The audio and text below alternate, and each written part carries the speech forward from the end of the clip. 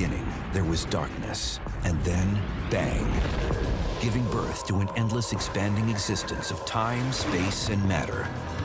Every day, new discoveries are unlocking the mysterious, the mind-blowing, the deadly secrets of a place we call the universe. Telephone pole-sized rods streak down from outer space and obliterate targets on Earth. It would be the ultimate bunker buster. Powerful lasers instantly blast enemies in any direction. You'll get zapped at the same time that you see the zapper initiate the zapping.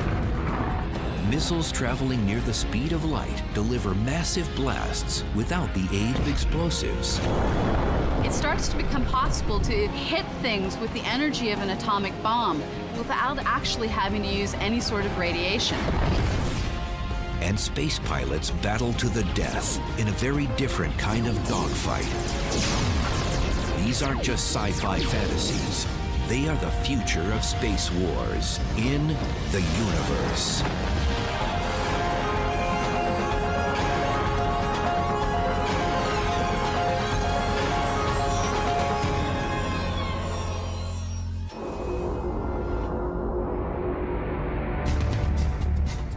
It's 100 years in the future, and the final frontier has turned into the ultimate battleground. A rogue colony on the moon has already attacked neighboring colonies. A spacecraft from Earth has moved into position after negotiations have broken down. As we travel out into the solar system and maybe even the stars, there are going to be people who disagree with other people, and the potential for warfare is just as great there as it has been any time through human history.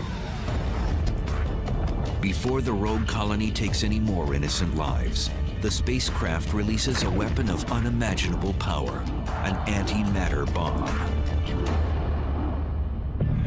Antimatter is the same as normal matter, except with the opposite atomic charges. Instead of negative electrons and positive protons, antimatter has positive electrons and negative protons. When matter and antimatter touch, they instantly annihilate each other, releasing a huge amount of energy. When you have antimatter colliding with matter, all of the mass gets converted into energy. 100% efficiency. That's a lot of bang for the buck. Even nuclear weapons are only about 1% efficient. Chemical weapons are a tiny fraction of a percent in terms of their efficiency. A warhead of normal matter would simply explode when it came in contact with the antimatter inside. The antimatter bomb streaking toward the rogue colony is a mass of antimatter surrounded by an electromagnetic field. Just before impact, the field is turned off. You don't even need a fuse, you just need that antimatter to reach the desired destination and hit it. And it will then convert all of its energy and the energy of the object that it hit into this explosive energy, producing a tremendous explosion. Other spacecraft in orbit around Earth target smaller remote outposts loyal to the rogue colony with powerful laser weapons. An advantage of a laser weapon is that the laser beam travels at the speed of light. So you could have these light beams going across very large distances in a very small amount of time, zapping the enemy before the enemy realizes what's going on. Light races across the universe at 186,000 miles per second. So the futuristic laser weapons fired from orbit near Earth take just over a second to blast holes in their targets on the moon, about 240,000 miles away. But just because we're 100 years in the future doesn't mean simple projectiles have disappeared from the battlefield. They inflict damage by slamming into the enemy, using what's known as kinetic energy, the energy of motion, to destroy a target.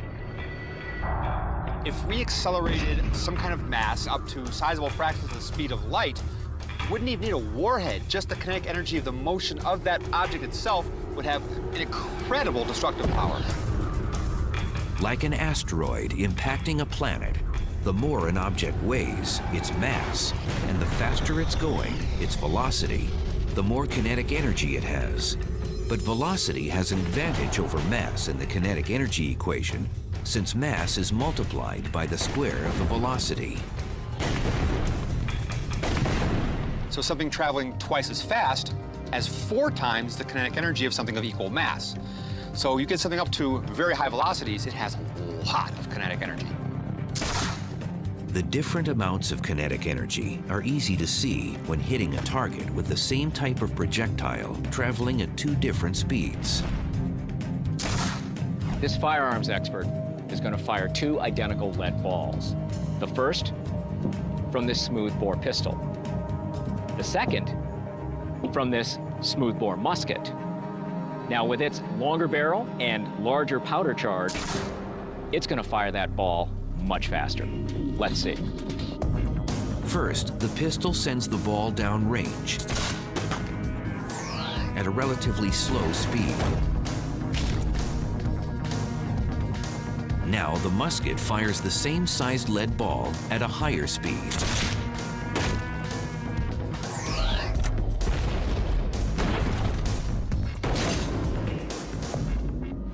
On the back of the target, you can see the damage caused by the lead ball fired from the pistol. But now look at what happened with the lead ball from the musket. Much higher kinetic energy, much greater damage. And out in the vacuum of space, there's no atmosphere to slow things down. So another ship in Earth orbit launches a telephone pole-sized projectile made of dense metal at the rogue colonists' underground headquarters. It's known as a rod from God. After a brief rocket boost, the acceleration of gravity gets the non-explosive rod moving at more than 10,000 miles an hour by the time of impact. As we're able to get heavier and heavier objects moving at faster and faster velocities, it starts to become possible to hit things with the energy of an atomic bomb without actually having to use any sort of radiation. The heavy metal rod penetrates layers of moon rock to destroy the underground command center. Without explosives, kinetic energy alone has devastated the area. Like an asteroid, creating a huge crater. But no matter how advanced space weapons become, one of the basic principles of warfare and technology will probably still apply. I think it's an inevitable fact of human nature and human history that the invention of one weapon and its use triggers a countermeasure or a way to try to defeat it or build a better one. So you're going to see that in space weaponry no matter how far in the future you go. A fantastic countermeasure against a directed energy weapon like, say, a laser would be a cloaking device like we see in many science fiction shows like Star Trek. If we can render a ship invisible, then electromagnetic energy just passes right through it. But the technology to make entire spaceships invisible, or the power needed to create lasers strong enough to blast big targets from vast distances, are well beyond our current capabilities. And right now, there aren't any offensive weapons stationed in space. But war could still come to space within the next decade or so. The future of space warfare may look a little different. At first, I think it's going to be satellites and anti-satellite systems, missiles and satellites, not manned systems at all. And why would satellites, the weapons that can destroy them, likely be the focus of the first space war? Because satellites are already essential to fighting wars on Earth. America, in particular, is extremely dependent on space. Our military cannot operate the way it does today without satellites. We use them for communications, navigation, intelligence gathering of all kinds, whether it's photo intelligence, whether it's signal intelligence. A lot of it is done by satellites. Even ground maneuvers require very accurate positioning, GPS signal.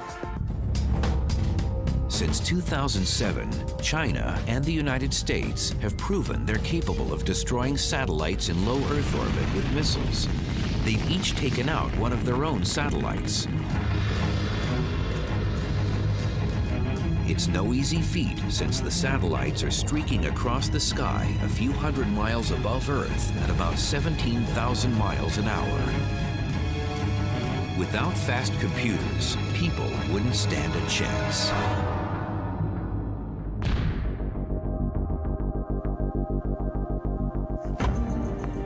Hitting a satellite in space with a missile is as difficult as hitting someone else's tennis serve with yours. Getting the timing, getting the speed right, it's virtually impossible. But for a modern missile with advanced technology, it's not that difficult. These missiles have sensors that allow them to determine their own location and the target location and changes and make split-second adjustments and hit them. Imagine if you had a smart tennis ball using the same kind of sensor technology, adjusting its location hundreds of times a second to make sure it hit the target. And once a missile intercepts a satellite, a big explosion isn't needed. In fact, many anti-satellite missiles are designed to simply ram their target without any explosives at all.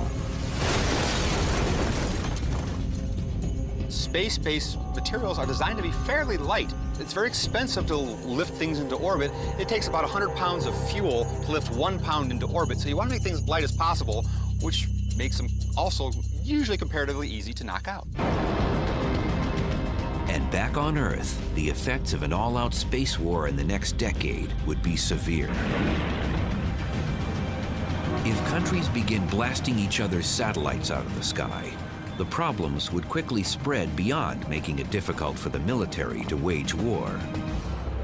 Today's global society is definitely dependent on space. If we were to start losing satellites, not just military satellites, but commercial and civil satellites, what would happen to daily life? Suddenly, ATM machines don't work. Many cell phones don't work. Pay at the pump no longer works. Financial transactions all over the world that use the GPS timing signal all of a sudden are disrupted. So the whole world slows down. And if a space war escalated totally out of control, missiles might carry nuclear warheads into space to make sure important targets were knocked out with a big blast. But you won't believe how different a nuclear blast in space looks, and how destructive it can still be back on Earth.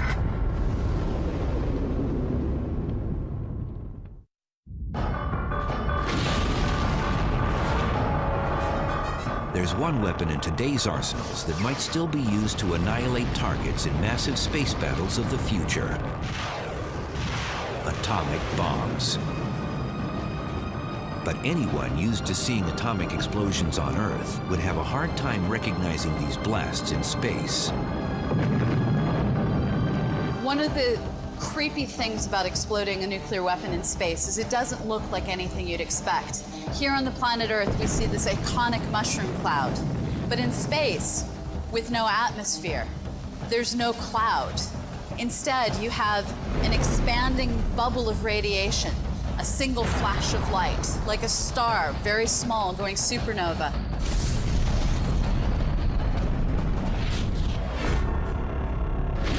In the first few nanoseconds, high-energy gamma rays explode in all directions, along with a flash of light, followed by an expanding cloud of radiation. The shockwave that rips buildings apart on Earth is gone, since there's no atmosphere in space. But the sphere of radiation expands faster and farther than on Earth. You can just think of almost like bullets, but they're radiation particles going out, and they will travel a long ways. Gamma rays, neutrons. They will penetrate satellites. Some go blasting right through. Others hit electronics and cause a lot of damage. With an average-sized nuclear bomb, any satellites within a 50-mile radius will be destroyed. But an atomic blast in space wouldn't just destroy equipment.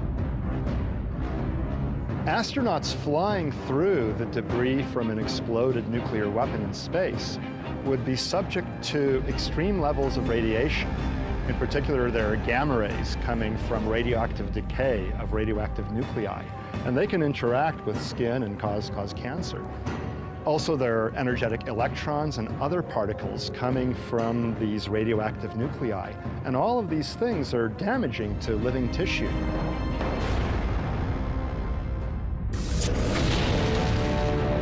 Without any wind or other atmospheric effects, that expanding sphere of radiation would stay at dangerous levels for months. Today's missiles can carry nuclear warheads into space, and due to the way atomic bombs interact with Earth's upper atmosphere, one country might decide to target another with a blast in space because it actually causes a lot of damage all the way down on Earth. When a nuclear weapon goes off above most of the Earth's atmosphere, it releases a bunch of gamma rays, very high energy electromagnetic radiation, that ionize the gas in the atmosphere. That is, they kick the electrons off of the atoms and molecules. Those electrons are kicked largely in a downward direction, and they're moving at a substantial fraction of the speed of light. Now, that creates an incredible electric current, and that can set up big voltage differences and big surges of current in electrical equipment here on Earth. So if America were the target, there'd be a sudden spike of current known as an electromagnetic pulse, or EMP, coming down like a massive invisible ball of lightning. It destroys electronics and anything else carrying an electric current in an instant. Atomic blasts on Earth also create EMPs, but with more limited ranges. By exploding above the atmosphere, a single atomic blast could devastate the country. It's been estimated that if you lit off a 1 megaton nuclear weapon 100 kilometers over Kansas, you would render most, if not all, the electronics in the United States inoperative.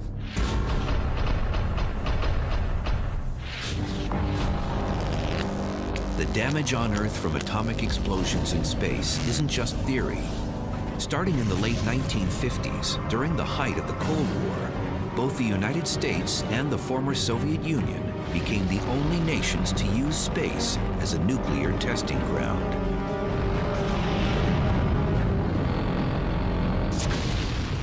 One of the last tests, in 1962 above the Pacific Ocean, created an EMP that knocked out electronics all the way from New Zealand to Hawaii.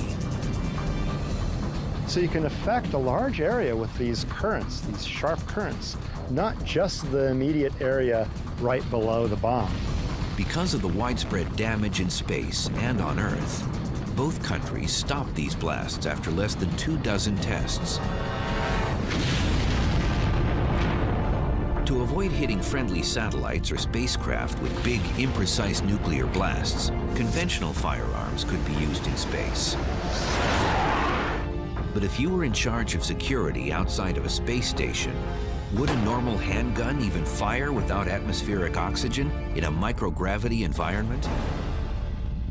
Gunpowder has its own oxidizer built into it, so it would fire. If you managed to get the firing pin to hit the end of the bullet, it would go off.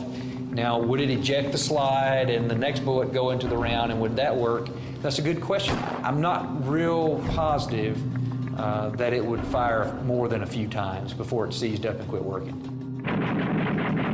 A big part of the problem is that the metal moving parts inside guns need lubricants to work smoothly. But the harsh extremes of space would probably cause the lubricants to fail. If a handgun got in the sunlight, for example, it would get really, really hot, and the parts would seize together probably. If it were not in the sunlight, it would get really, really cold, and the parts would seize together probably. And lubricants just have a hard time of working in the vacuum of space. The biggest problem is they bead up. They turn into little balls because there's no gravity or any other atmosphere that it can adhere to. Astronauts have demonstrated the same thing when they drink liquids in microgravity. Instead of flowing evenly, the liquids separate into a series of spheres.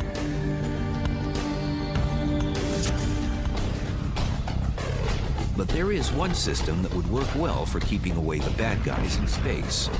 Launching bullets with a railgun. Railguns use a series of strong magnetic fields rather than gunpowder to propel bullets. Current railgun projectiles can already race down range about 3 times faster than a bullet from an M16 rifle.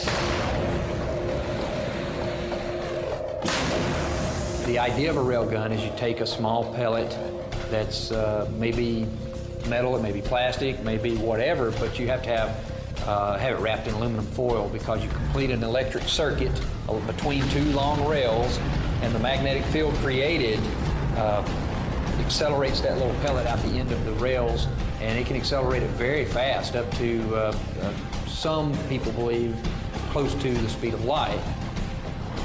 Similar systems are at work in certain bullet trains and roller coasters. We have a series of magnets, and the magnets propel an object, either a roller coaster car or this giant slug of a bullet you want to use to hit something in space, from one to the other, accelerating as it goes, and by the time it's reached a certain number of accelerators, a certain number of pairs of magnets, it's really going as fast as you need it to go. Mounted on a large spacecraft, the railgun could become the naval cannon of the future. Long rows of powerful magnets could propel big projectiles to millions of miles an hour. But would that kind of gun be enough to take out an alien civilization before it could destroy Earth?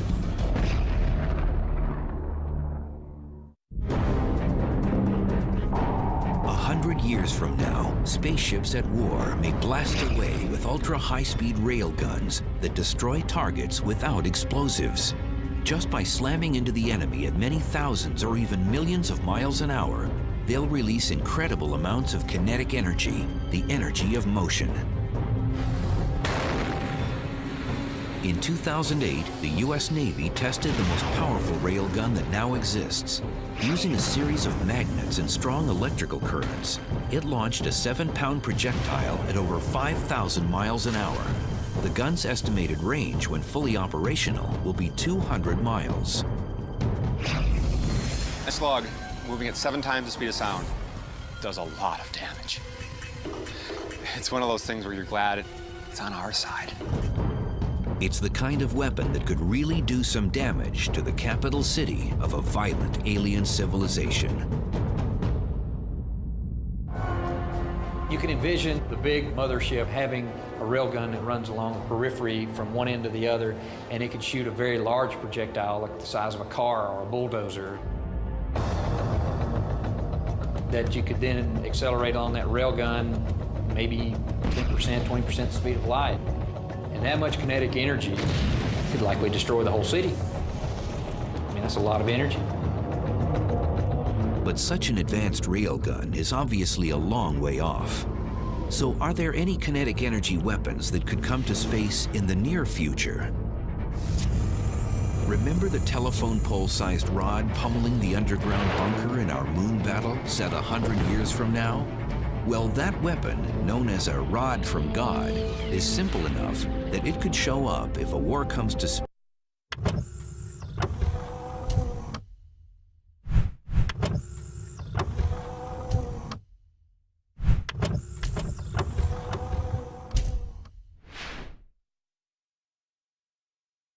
In the next few decades. A small rocket boost would get the aerodynamic rod started. It's basically just a big metal rod, and it'd probably be something like tungsten or some really strong and heavy metal that you can put in orbit and drop it onto the wherever you want, whatever the target is, from space, and just let gravity accelerate the thing.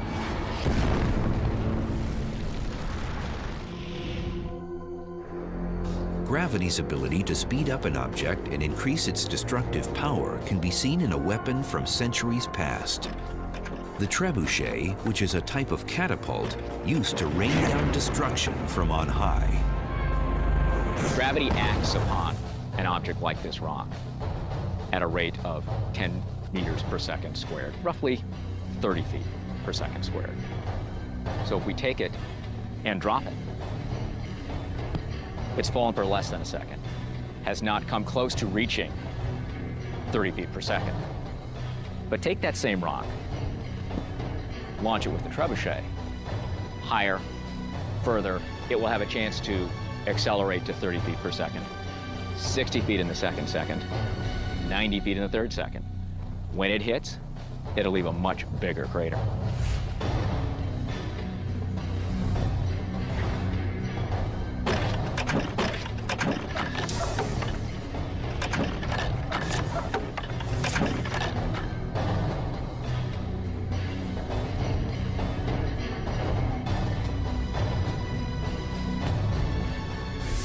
This rock traveled through the air for about 5 seconds, which means that by the time it hit, it was traveling close to or around 150 feet per second. And with that added kinetic energy, it left a much bigger crater. In the battle 100 years from now, the rod launched at the moon has an advantage over the rock from the trebuchet on Earth.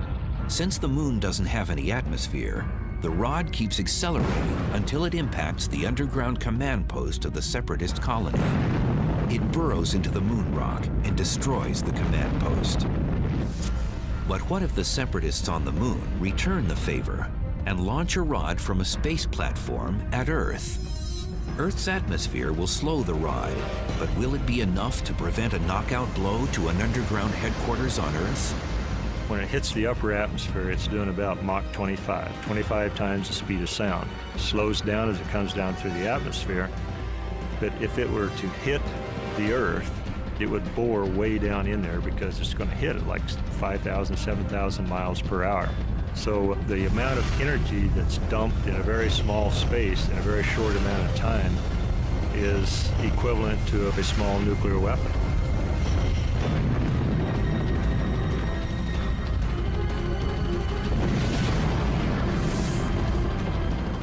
Something like this would have a lot of penetrating power. It would be the ultimate bunker buster.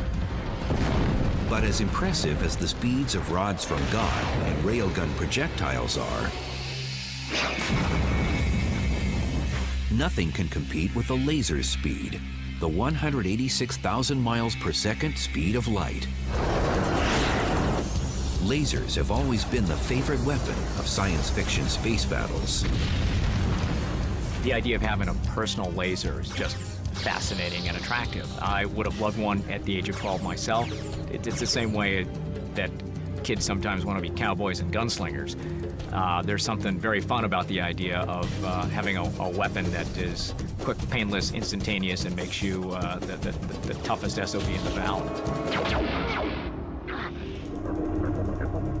But what exactly is a laser? Lasers can be thought of as sort of a high-tech flashlight. But all the waves are in phase, so you've got all the wave crests lining up. So that makes the radiation really intense for a given amount of power. See, normal light from a flashlight or from the sun is all out of phase. It's incoherent. Some wave crests are like this, the wave troughs of other waves are like that. They tend to largely cancel out. And what you see is the leftover parts that didn't cancel out. Most visible light laser beams appear as a certain color, since only the light in that specific color frequency is lined up and coming out of the chamber. And different types of lasers can damage targets in different ways.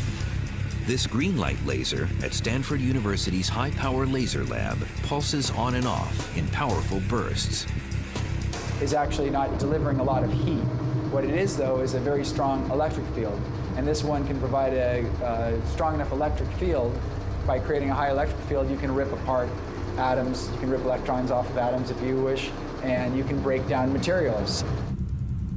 The strong electrical field even rips apart air molecules. They come back together between each pulse. And that's when you get this flash, that's when the energy comes out, and you see the light, and you get the report that way, much like thunder and lightning. And these strong fields are especially good at knocking out electronic equipment. In fact, the laser beam is so powerful, it actually damaged our camera as we recorded these images. when dust particles deflected part of the pulse into the lens. It left a permanent green imprint on the camera's light-gathering CCD imager. Another laser at the lab demonstrates the power of continuous waves instead of pulses. It's an infrared beam, so it's not visible to the human eye, but its effects certainly are. It's very similar to the one that military is developing, only the military is about 50,000 times stronger. Right here we have a lens, and so as we go through the lens, the beam is focusing down in this plane here. If I put a target in that plane, you can see that we end up burning it because of the heat. And I can then take out a nice smoothly edged piece of cardboard from this cardstock. The laser weapons of future space wars would likely work in the same way, but sci-fi movie fans may be very surprised to find out how real laser weapons will actually work in space. In science fiction, we often see a laser bolt, a bolt of energy, whereas in reality, with a laser, you would see a beam connect and disconnect. I mean, light is the fastest thing we know of. If you were to see someone about to shoot you with a laser beam, you would have to react very quickly when you see their finger beginning to twitch toward the button. Otherwise, you'll get zapped at the same time that you see the zapper initiate the zapping. But in a duel in the vacuum of space, even the beams of laser weapons using visible light won't be seen.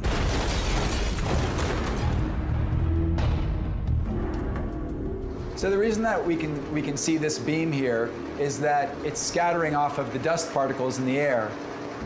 In space, there are no dust particles, it's a vacuum, so you wouldn't see the beam except for at its target and reflections off of its target. And since sound can't travel through a vacuum, none of those cool sci-fi laser sound effects will be part of a real laser battle in space. But even though laser weapons in space won't look and sound like they do in the movies, they'll still be fast and deadly on the battlefield. So what will a real space dogfight look like? You'll have to see it to believe it. No weapon has fascinated generations of science fiction fans more than high-energy lasers. And it's possible that as soon as the next few decades, lasers will be powerful enough to knock out satellites in near-Earth orbit in the blink of an eye. No weapon is faster than a laser's beam of light, traveling at 186,000 miles per second. If we could build a weapon that had the capabilities to punch through armor plating, then you really are onto something, because if it is just electrical power that you need to drive the thing, you have what we call an infinite magazine. If you're talking about the big gun on a battleship, you have to have bullets and gunpowder. You can run out of those. If you simply use electrical power to create a laser system, we don't have to worry about somebody bringing us more bullets and where to store those bullets.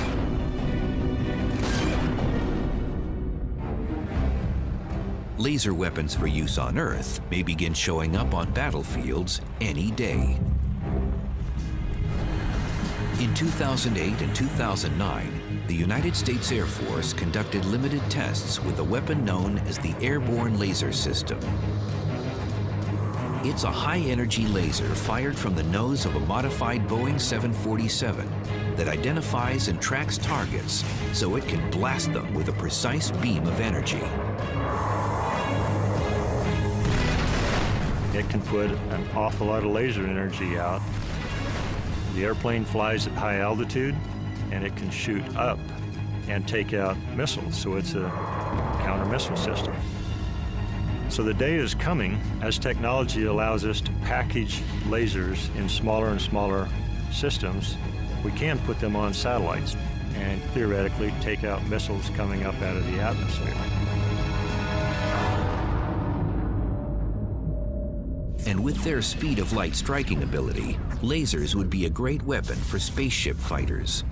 But futuristic dogfights between spacecraft will have little in common with today's aerial battles or what you've seen in science fiction movies.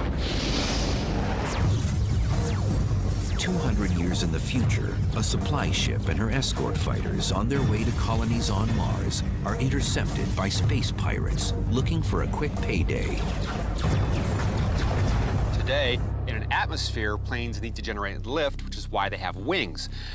Because they have wings and because you also want to keep your pilots conscious, you have long banking turns.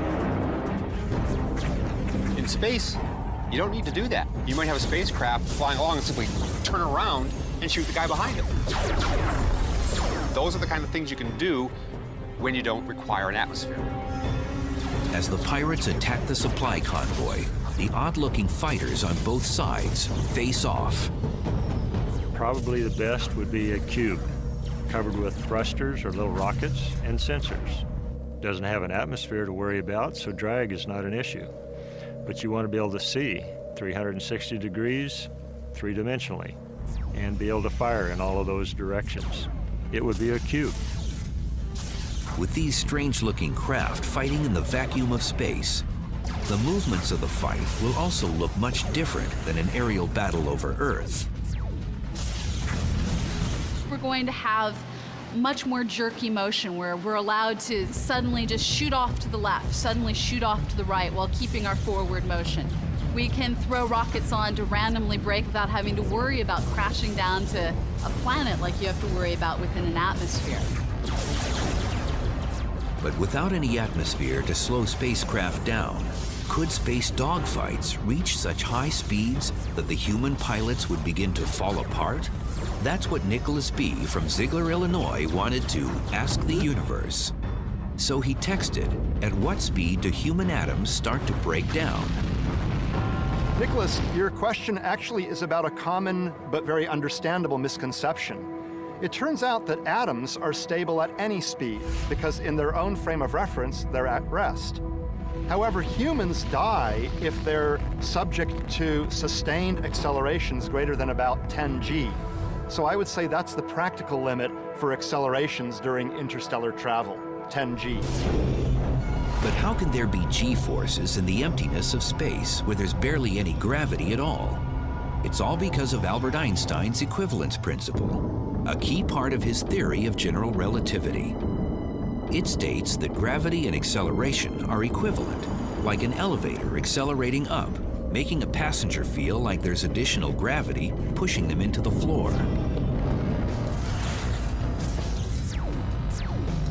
So if you moved around too quickly in space and you jerked real quick, your brain would move around inside your skull so quickly that you could kill yourself. And so you might want the guidance system of your spacecraft to keep you from making those types of maneuvers.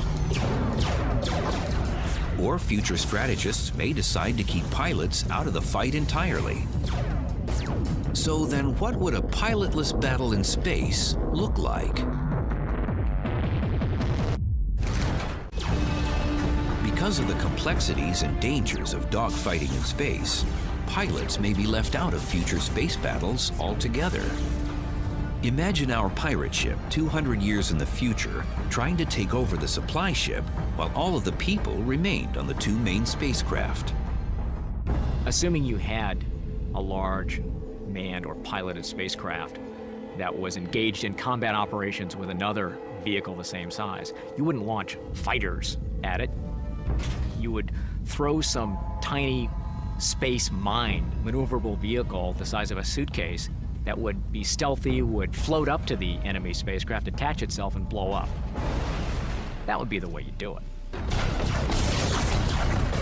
But even though piloted space fighters may not be a dominant weapon in the future, lasers are still likely to play a role if war comes to space, although they will have some challenges to overcome. 30 years from now, a ground station on Earth is trying to destroy an enemy satellite with a laser. But before it reaches its target, the beam will have to deal with Earth's atmosphere. If you've ever stuck a straw into a glass of water and looked at it from the side, you might have noticed that the straw appears to bend as it goes through the surface. This is because light gets bent as it goes through one material and into another. Well, lasers passing through our atmosphere have to deal with the same sort of problem, refraction. So when we're trying to point lasers from the surface of the Earth out into space, we have to take into consideration how much the atmosphere bends light. A laser weapon already in space will be much more effective at taking out satellites or spacecraft. Up in space, there would be no atmosphere, and so there'd be no attenuation of the laser light as there is when it's going through the atmosphere. But until scientists come up with a strong, lightweight energy source for use in space, lasers won't be powerful enough to blast anything. And the same kind of energy limitations will likely keep laser weapons out of the hands of space soldiers. Until we create a fusion reactor in a cell phone-sized battery, we're not going to be carrying those things around anytime soon that do real damage. Like Captain Kirk's handheld phaser that he shoots and destroys and completely disintegrates somebody. That takes a lot of power. I'd like to know what power source those things have in them. So if lasers don't turn out to be the dominant space weapon of the future, then what might a battle on the surface of the moon look like 100 years from now? As colonies often do, they get into a dispute and have some kind of war. You would think it would be fairly short. The environment is so hostile to begin with, you're lucky to be alive. The attacking force approaching the rival colony will probably be fairly small due to the harsh conditions and the huge cost of bringing people and equipment into space. And for the same cost-saving reason, the colony will also be made from lightweight, thin materials. It costs way too much to send stainless steel or whatever would be heavy, armored plating. That's not what the first colonies are going to be, and they're going to be very fragile. So even a simple attack could be very effective. I think you would just find somebody trucking a bomb over to the wrong place and sneaking it in and setting it off. Or launching a small missile at somebody. It would be incredibly hard to stop. It would be incredibly easy to get everybody killed. But if the strike force isn't able to take out the colony right away, they might face a counterattack out on the surface of the moon. Here in the vacuum of space, even the smallest wound can be a death sentence. If a hole were punched in a spacesuit, it would leak. And by the way, what punched the hole in the spacesuit probably kept on punching through to the person inside it, right? So how do you help that person? How do you perform first aid on them? But the space wars of the distant future may move beyond the technology of man and machine altogether. After all, the destructive power of natural phenomena in the universe goes far beyond any weapon people have ever made. Looking hundreds of years into the future, a belligerent alien civilization is using Mars as a staging area for their coming invasion of Earth. One might imagine redirecting an asteroid or a rock flying through the solar system so that it hits Mars. We could imagine firing a rocket to an asteroid, deflecting it ever so slightly in its trajectory so that after a number of orbits, it would finally hit Mars. But is it inevitable that man will turn the final frontier into a battleground? Or could our advances in destructive technology be matched by advances in wisdom and self-preservation? Human beings always think that one day soon we're going to move beyond the need for conflict. We haven't done it here, and I don't think we're going to move beyond it in space. Most countries of the world have already signed what's commonly known as the 1967 Outer Space Treaty, preserving space, the moon, and other planets for peaceful purposes. But as space travel in the future becomes more routine, and if valuable untapped resources are discovered beyond Earth, will a treaty be enough? Only time will tell if this arsenal of exotic space weapons is a preview of our future or a dangerous fantasy world we can avoid.